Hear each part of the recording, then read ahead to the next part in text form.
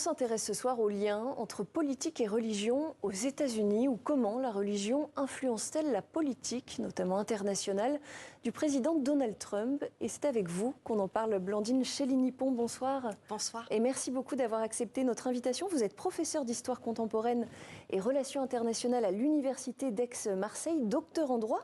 Alors on sait que Donald Trump s'est beaucoup appuyé sur les milieux religieux, en particulier les chrétiens évangéliques, au moment de sa campagne pour la présidentielle américaine, et il continue de le faire aujourd'hui, c'est-à-dire que la religion guide certains de ses choix politiques.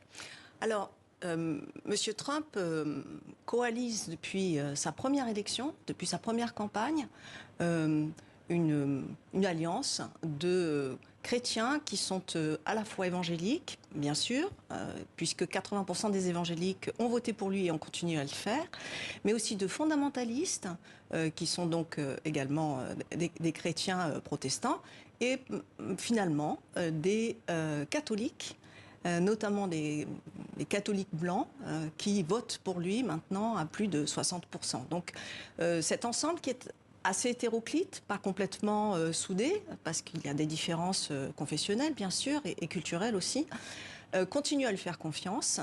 Et ce dernier, donc Donald Trump, va s'appuyer sur des référents religieux, sur ce qu'on pourrait appeler de la ressource religieuse, pour faire passer un certain nombre de messages, aussi bien internationaux qu'intérieurs. C'est donc ni plus ni moins une instrumentalisation de la religion à des fins politiques.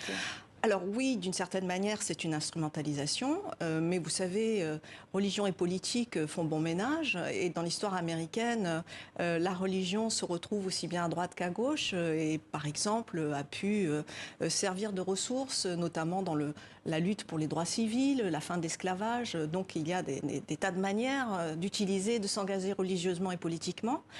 Ce qui peut peut-être faire la différence maintenant avec M. Trump, c'est que non seulement il utilise cette ressource, mais en plus de ça, depuis qu'il a réussi à survivre à un attentat, il croit vraiment qu'il est choisi pour gouverner l'Amérique, et peut-être il le croit sincèrement. Alors vous, dans vos écrits, vous dites que le sionisme chrétien a une influence majeure sur l'administration Trump. De qui est-ce qu'on parle lorsqu'on parle des sionistes chrétiens? Alors le sionisme chrétien, c'est un mouvement, d'un point de vue historique, c'est un mouvement qui a traversé la famille des fondamentalistes chrétiens, et pour lequel la restauration des Juifs sur la terre d'Israël et la restauration de l'État d'Israël est nécessaire dans l'économie du salut pour le retour du Christ sur la terre, la fin des temps. Et donc cette croyance s'est transformée en militance politique depuis la fin des années 50-60, et vous avez un ensemble de lobbies, d'organisations qui se battent pour que les États-Unis soient le plus près possible et en alliance tout à fait indestructible avec Israël. Ça veut dire qu'aujourd'hui, ces sionistes chrétiens, ils ont un véritable poids politique aux États-Unis? Ils ont non seulement un poids politique, mais ils ont des représentants au sein de l'administration Trump, au sein du Congrès. C'est-à-dire que vous avez des hommes politiques qui sont proches de M. Trump et qui partagent l'idéal des sionistes chrétiens, notamment, par exemple, le nouvel ambassadeur des États-Unis en Israël. Alors justement, vous dites que ce sionisme chrétien prône un soutien indéfectible au gouvernement israélien. Il y a ce plan de Donald Trump pour la bande de Gaza qui a beaucoup fait réagir ces dernières semaines, ces derniers mois. Est-ce que le sionisme chrétien a pu inspirer ce plan? Alors je rappelle que Donald Trump proposait tout simplement de déplacer les Palestiniens de la bande de Gaza dans les pays voisins, à savoir l'Égypte et la Jordanie. Ce sont les sionistes chrétiens qui ont inspiré cette idée? Alors disons que ça fait partie de leur conviction, la conviction qu'il n'y a pas de peuple palestinien et que Israël finalement a le droit de s'étendre de la mer jusqu'au Jourdain. Et effectivement, on peut considérer que déjà sous la première administration, vous avez un certain nombre de pas qui ont été faits, comme la reconnaissance de Jérusalem comme capitale, la reconnaissance de l'annexion du Golan, le fait de refuser de parler des territoires occupés, mais d'utiliser le terme de Judée-Samarie. Donc vous avez toute une rhétorique qui s'est mise en place et qui effectivement met fin à ce qu'on pourrait appeler la doctrine Carter. La doctrine Carter étant le fait pour les États-Unis, dans leur diplomatie, d'essayer de faire que tous les voisins d'Israël acceptent l'existence de cet État, mais en échange qu'on arrive à dégager par la discussion la naissance et la mise en place d'un État palestinien.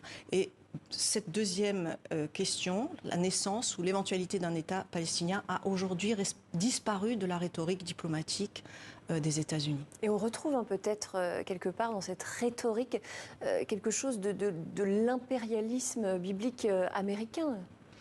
Alors, je ne dirais pas ça comme ça. Je dirais que effectivement, il y a aussi une forme de proximité culturelle assez forte avec l'imaginaire d'Israël au sein de ce qu'on pourrait appeler le nationalisme américain et la certitude que finalement la naissance des États-Unis sont aussi liées à la providence divine, que c'est une nouvelle terre abondante promise pour un nouveau peuple, les Américains, et qu'il y a une forme de connexion entre cette nouvelle Israël et la restauration de l'antique Israël, donc sur les terres bibliques. Alors vous parliez tout à l'heure des différentes franges religieuses catholiques, chrétiennes qui adhèrent au discours de Donald Trump. On imagine que la violence de sa politique, notamment migratoire, ne fait peut-être pas l'unanimité chez tous les chrétiens. Comment est-ce que ça se passe? Est-ce qu'on observe aujourd'hui une division au sein de l'Église aux États-Unis?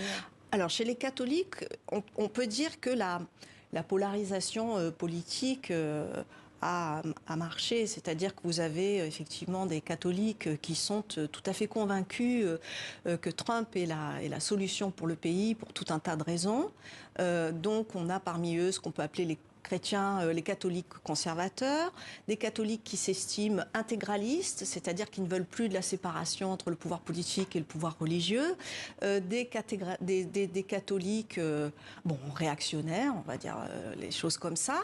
Et d'un autre côté, vous avez quand même toute une tradition, parce que c'est une grande famille, les catholiques aux États-Unis, avec quasiment toute la planète qui s'y retrouve grâce à l'immigration, et donc toute une autre frange catholique qui est très sociale et compassionnelle et qui a pris fait et cause pour, par exemple, l'accueil des migrants ou des réfugiés, des demandeurs d'asile, et notamment la conférence des évêques américains qui est un peu vent debout aujourd'hui contre la politique migratoire de M. Trump et contre ses ordres exécutifs. Ouais, cette conférence des évêques qui rejoint finalement la position du pape François. On se souvient qu'en février, il avait critiqué justement cette politique migratoire de Donald Trump. Il parlait de crise majeure qui, dit-il, porte atteinte à la dignité des personnes visées. Alors, on parle beaucoup, c'est un autre point que je voulais évoquer avec vous, de toutes les purges réalisées par Donald Trump, notamment dans l'administration américaine, dans la fonction publique. Et parmi les innombrables décrets et décisions qu'il a prises, il y a la création de ce bureau de la foi à la Maison-Blanche. Un bureau de la foi à la Maison-Blanche. De quoi s'agit-il?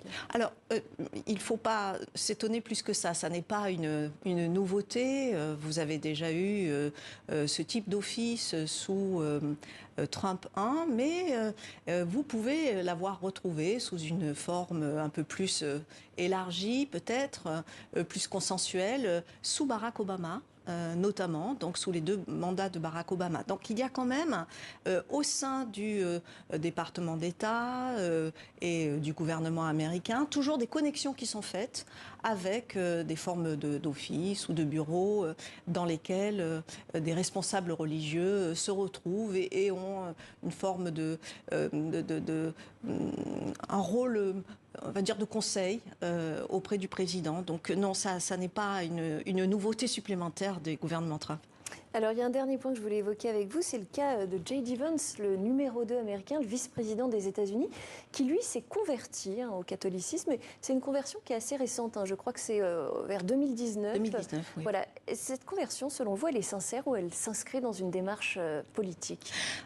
Alors, je dirais qu'il y a depuis une vingtaine d'années une forme de contamination au sein du parti républicain de la part des jeunes pousses prometteuses qui se convertissent plus facilement qu'avant au sein de ce parti. C'est même, vous avez quelques grands ténors du parti républicain comme Newt Gingrich qui s'est converti au début du XXIe siècle. Donc la conversion au catholicisme, ça fait partie, je ne dis pas presque, mais quand même, ça rentre dans une démarche qui peut être à la fois convictionnelle et à la fois professionnel. Donc, alors lui, il dit clairement qu'il oriente sa politique en fonction de sa foi. Est-ce que ça se manifeste d'une façon particulière? Ah oui, ça se manifeste d'abord par la manière qu'il a d'interpréter sa foi catholique, finalement au service d'un certain nombre d'idées qui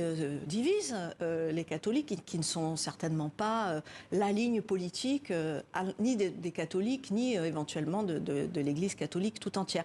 Mais vous avez effectivement au sein du Parti républicain une mouvance qu'on pourrait appeler catholique post-libérale qui cherche à établir, à fonder sa démarche politique, sa théorie politique sur des arguments religieux.